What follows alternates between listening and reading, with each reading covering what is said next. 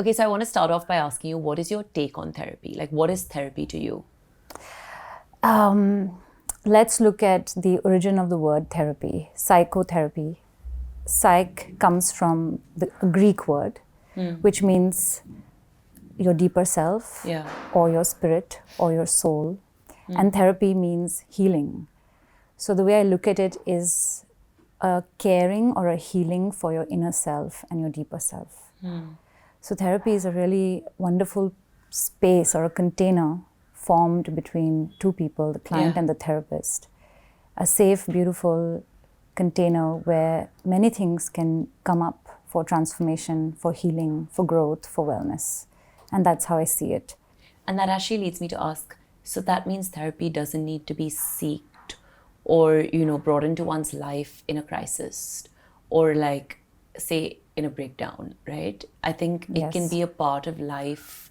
It can be, an exercise in terms of your mind at any point in time. Absolutely. And I think that's a big misconception. And the stigma is slowly lifting and changing. But often people think that you have to be in a very difficult situation or a crisis to seek therapy. But actually, therapy is really a gift.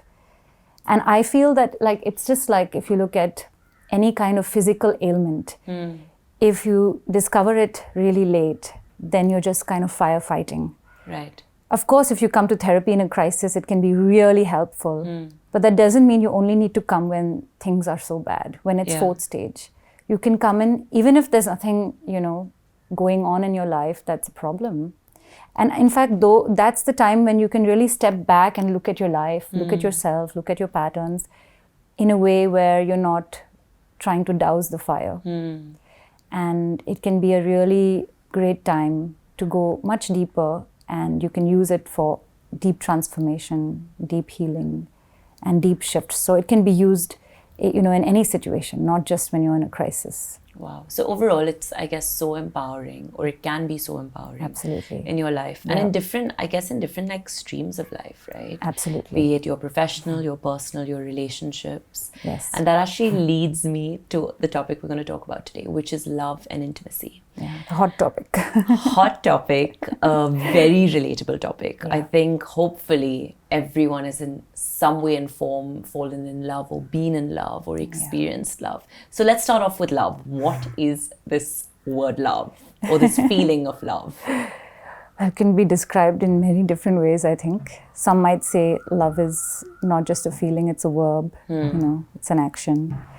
But yes, you're absolutely right. It's something, very integral to who we are also. Yeah. So besides it being a feeling, besides it being something that you experience, it's really who we are. We're all about love. Right. And it's Because so we want to be loved. Exactly, too, right? to be loved. I think like the old saying is one of the greatest gifts of all. And what's the relation between love and intimacy? How do they go hand in hand? So, if you can look at love as a feeling and as an experience, we can look at intimacy as connection. Right. Into me, seeing each other, meeting each other deeply. Right. And having connection is intimacy. Having the relating is intimacy. Love is the experience and the feeling. Okay, so people definitely come to you. Yes. To deal with their issues, their concerns, to do with their love life or the intimacy. And what are these overarching, or what are the most common concerns that people come with? A really bad heartbreak. And we've all been there, haven't we? Heartbreaks are so excruciating and they're so painful. And sometimes you have your support system, like your friends, to help you through it. But sometimes nothing's enough. Nothing's enough. And then, often we say, how much am I going to tell my friend? How much am I going to cry or weep or, obsess? So they bring it into the therapeutic space where they can really not just talk about it, but work through the heartbreak, nurse the grief. And of course, breakups, and you're right, it's not only in terms of a marriage, it could be in terms of a friendship that's breaking up, in terms of a relationship, all kinds of things. But people are not only coming when they're broken up. Right.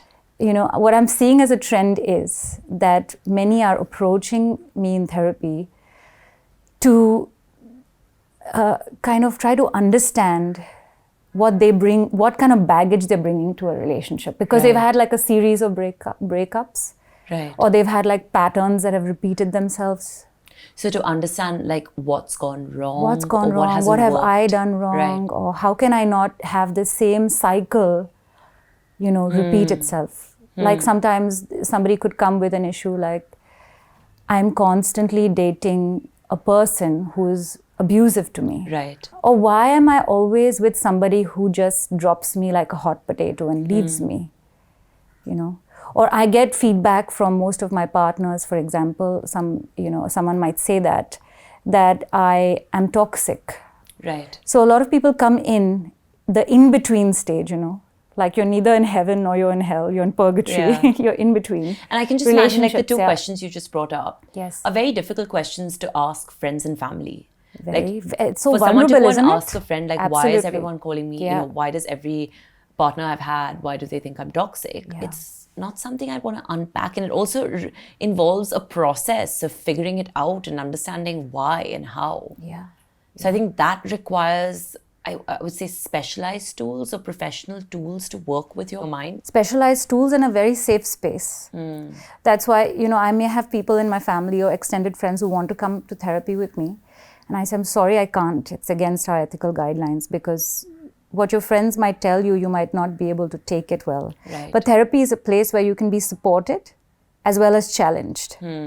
And of course, the therapist has all kinds of tools. We have a nice little first aid kit for the emergency heartbreaks, and we have a lot of other tools to go deeper into the awareness. So of course, it's a safe space, as I keep saying, because it's only when you feel safe with somebody else and you feel accepted, then you can go to the darker sides of your personality. And there's no other, experience that can trigger us so much or teach us as much as a relationship, as a romantic relationship. Why do you say that? If we all reflect that when we are in a relationship, that's when we are surprised to see sides of ourselves that never came out, right? Yeah. Like we're really surprised as to, oh my gosh, I can be like that. People often say they've never spoken like this to anyone. They've never had such deep feelings or deep emotional reactions. So they're often surprised. So it's only our partners, and maybe our parents also, but coming close to the parents is our romantic partners that can really bring out our demons. Ignite like rage, vulnerability. Yes. I mean, so and many trigger emotions. us in But a like lot you're of saying, our the early wounding. extremes of so many emotions, right? And now because of Google, Dr. Google, people are reading a lot. So there's a lot of information online, and also because of Instagram, you have a lot of psychologists who are posting. So many clients are reading a lot about psychology, what we study in the psychology books, and hence they're coming to an awareness of, hey, I've got triggered in this way in these relationships, and I'm seeing myself have this kind of insecurity or this kind of possessiveness or these kind of patterns. And therapy can help you to see where it comes from. Why are you the way you are? And we go into past, not, we bring in mommy, daddy, into the therapy, not of course to develop resentment and bitterness. Because the way we're parented passes on from one generation to another. Yeah.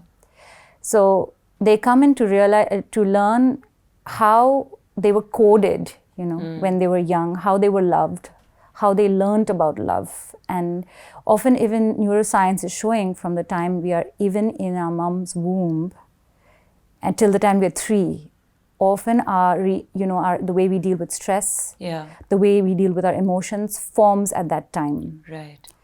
So when you come into therapy, you can see the link between your upbringing, what are your early childhood woundings, and how you're bringing that into the relationship. I think therapy can really help us to see what is that baggage we're bringing in. Most people will come into therapy starting with, and I think even when I was much younger and I went into therapy, I always thought other people were the problem, I'm feeling like this because he said that to me, and this is how she behaved, and this is what happened.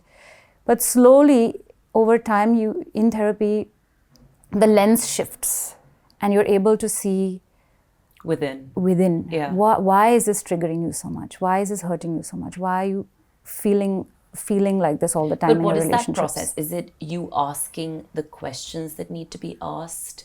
you also providing the tools that need to be used to really deep dive into thoughts, feelings, emotions. Absolutely. So let's look at some hypothetical examples of how you could work through something, related to love and intimacy through therapy. Of course, the dating apps are really popular these days. So let's take one example of a person who gets extremely anxious. It's like they send a text and then there's no reply. Or then you're constantly checking the phone. Am I getting a reply? When's the reply? One day I haven't heard from the person. 2 days I haven't heard from the person. And a tremendous amount of anxiety that is experienced. Yeah. That can be manifested just through these dating apps. Or even, and a person like this, can also experience this kind of painful insecurity even in a relationship. So when they start dating, they constantly need a reassurance that they're important. Do you love me? Am I important to you? Because somewhere deep down inside, they don't feel very important, or they feel like they have this deep fear of abandonment, that my partner is going to leave me. Because maybe they've had certain very painful trauma growing up, where they've experienced this kind of abandonment in their young age. So it keeps coming out in a relationship after relationship, so partner how would after you partner. deal with something like that?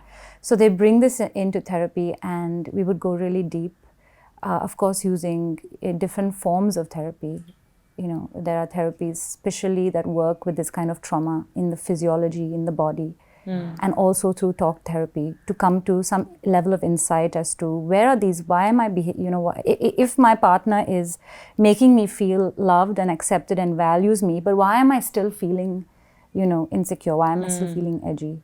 So there are specific tools to come to this kind of insight in therapy. And the insight in itself can then cause a lot of relief.